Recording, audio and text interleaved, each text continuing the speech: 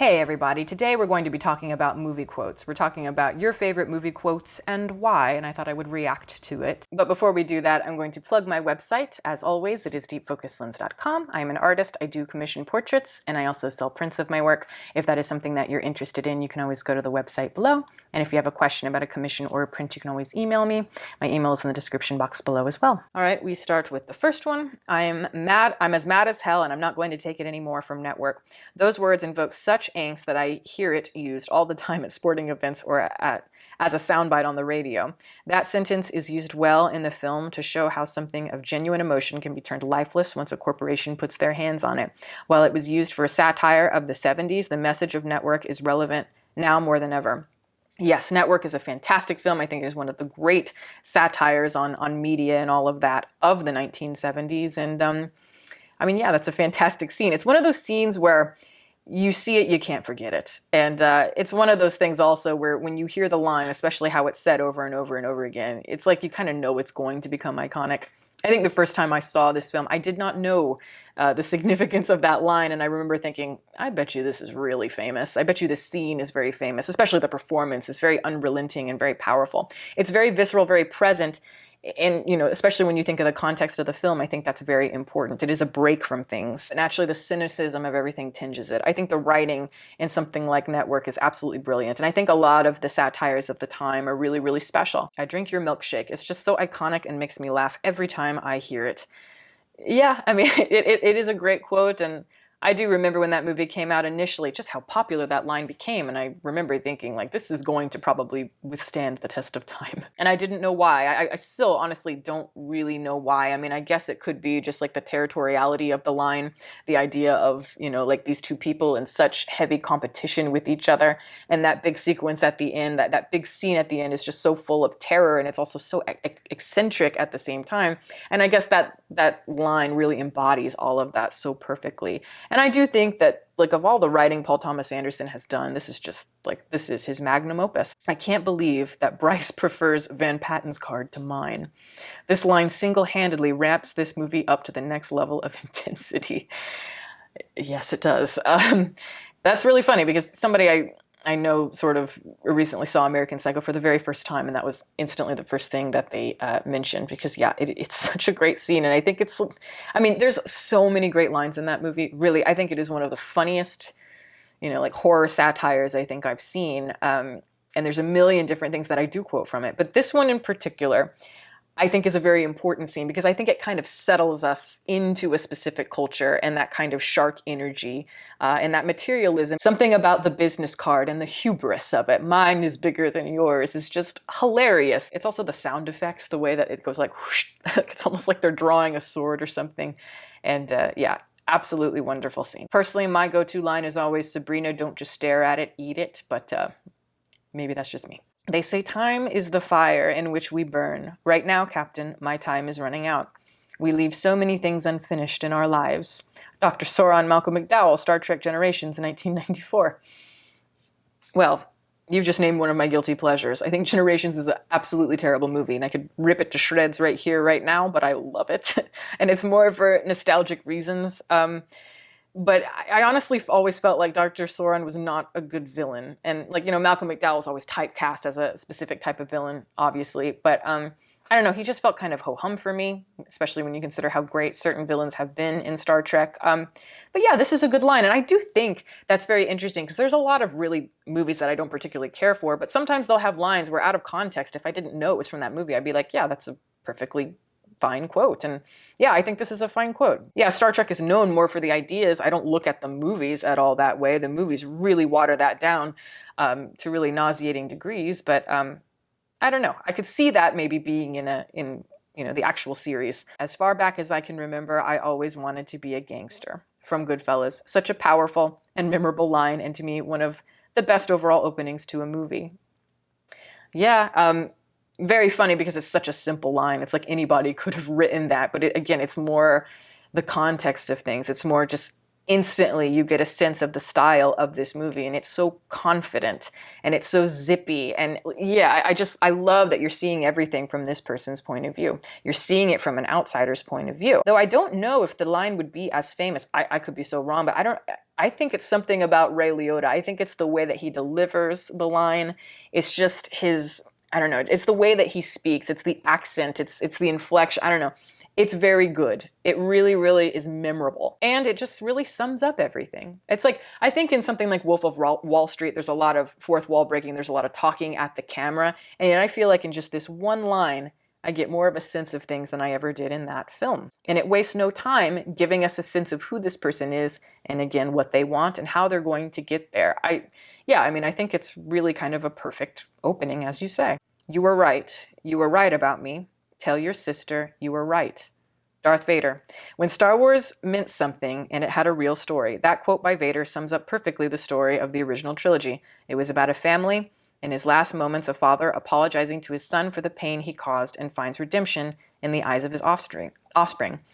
Yeah, and I agree with what you're saying there. I do think that this is a good scene. I think it's really powerful, the moment where you see Darth Vader no longer as Darth Vader, as somebody very, very frail who has a voice that is very weak. It's like this big, suit and everything, and then you see what he really is without all of that. And it's very vulnerable and, yes, emotional. And I find that part of it very satisfying, absolutely. I think the makeup and everything is really strong on him as well. But yes, him saying you were right is it's a good way to close the film. Now, I don't necessarily like the context of it because it's like they're trying to leave, they're trying to, because the Death Star is about to blow up and all this stuff, and it's like we're going to stop here and have this dramatic, emotional moment. Couldn't we have saved this for like when we leave? But, whatever. I think just the scene itself is one of the more satisfying when it comes to kind of ending everything for the entire trilogy, because ultimately it is about family. And though I have so many complaints about Return of the Jedi, one thing that I do think it has is it ties all of that up very nicely in a way where there's not a bunch of loose ends. The line at the very end of Chungking Express where Tony's character is asked where he wants his boarding pass to take him, and he says, wherever you want to take me. It's just so romantic, the excitement and hopefulness that comes from having a connection with someone new. It really resonated with me the last time I watched it, because just like Officer 663, I am also going through a breakup right now. Oh, I'm very, very sorry. Seriously, I know how you feel, because I think the first time I saw this film, I too was going through some major heartbreak, and it really made it hard for me. Actually, that last line was very hard for me to take at the time because I was going through literally the opposite, losing a connection with somebody. And this is just such a beautiful, like something is about to blossom or could blossom, and just the excitement, that buzzing energy, you can feel it in this movie.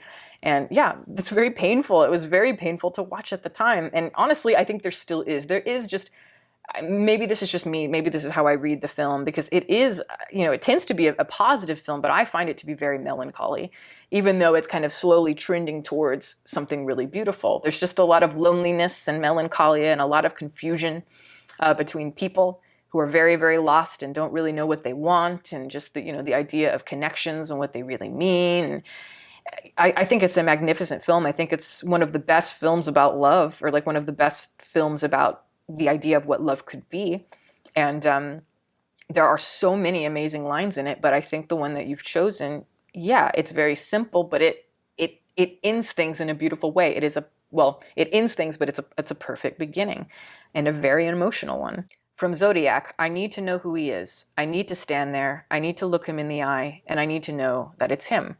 This quote from Graysmith encapsulates everything I love about the message of the film, especially the obsessive nature of trying to solve an old case while hundreds of new cases pile up around them.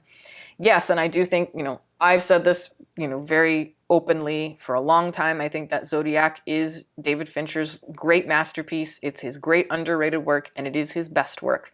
And I think part of why is because of that examination of, why we are interested in those sorts of things. What it is that is so titillating about violence and serial killers and the sensationalism of it. And this film, of course, is tying a lot of that into Hollywood and escapism and in very subtle ways. But I do look at this film as more of an examination of all of that. And that particular line and that particular scene that you were talking about is so important to the film, because this is a film that, as most of you know, they're not going to find the Zodiac killer in the end of it. It is a film where there is no typical conclusion, which naturally that's already going to be very hard from a writing standpoint. So it is, how are we finding the meaning here? And how do we find a conclusion that is satisfying, that also captures that empty feeling of never finding the right answer? And I think this particular one, it gives us an insight into Graysmith in a way that we don't get anywhere else, because the rest of the time he's just kind of, very productive doing his thing. But the wife has to confront him at a certain point. And when she does, and she says that's not good enough, that's a great line as well, because I think in the context of their marriage, she's absolutely right. And maybe even outside of that, I think, yeah, she's right. He's obsessive. And at what point do you really consider your priorities? And I like that the film goes back into the Graysmith story for that third act, and we get that emotional closure, in particular with a line like that. I have come here to chew bubblegum and kick ass, and I'm all out of bubblegum. Self-explanatory. Yeah, it is self-explanatory. You don't need an explanation for that. I enter rooms and say that to people sometimes, but they usually ignore me. It's a good scream. Good scream. Jack and Blowout. Not only is this one of the hardest hitting endings in film history, but the subtext of this line perfectly encapsulates what De Palma was trying to do with the movie as a whole. Jack is finally confronted by the brutal, artificial nature of his job as a filmmaker, sound designer, as well as the fact that the brutal corruption of the core of American history has triumphed. One of my favorite examples of saying so much with so little. You're right. I mean, it does capture, corruption and at the core of America for sure.